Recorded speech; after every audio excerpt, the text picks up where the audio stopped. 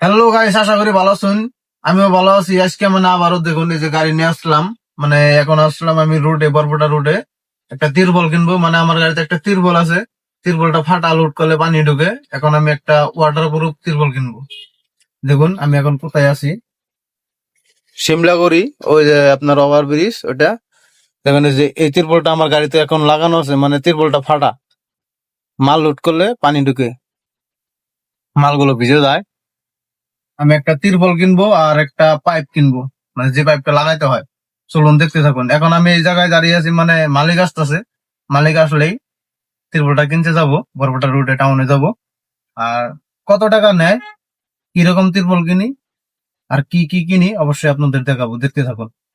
Finally guys তিরপল নিয়ে এলাম। এই যে তিরপল দেখুন, এই যে তিরপল, ওয়াটার প্রুফ তিরপল, লেদার তিরপল। দাম নিল আপনার 13,000 টাকা।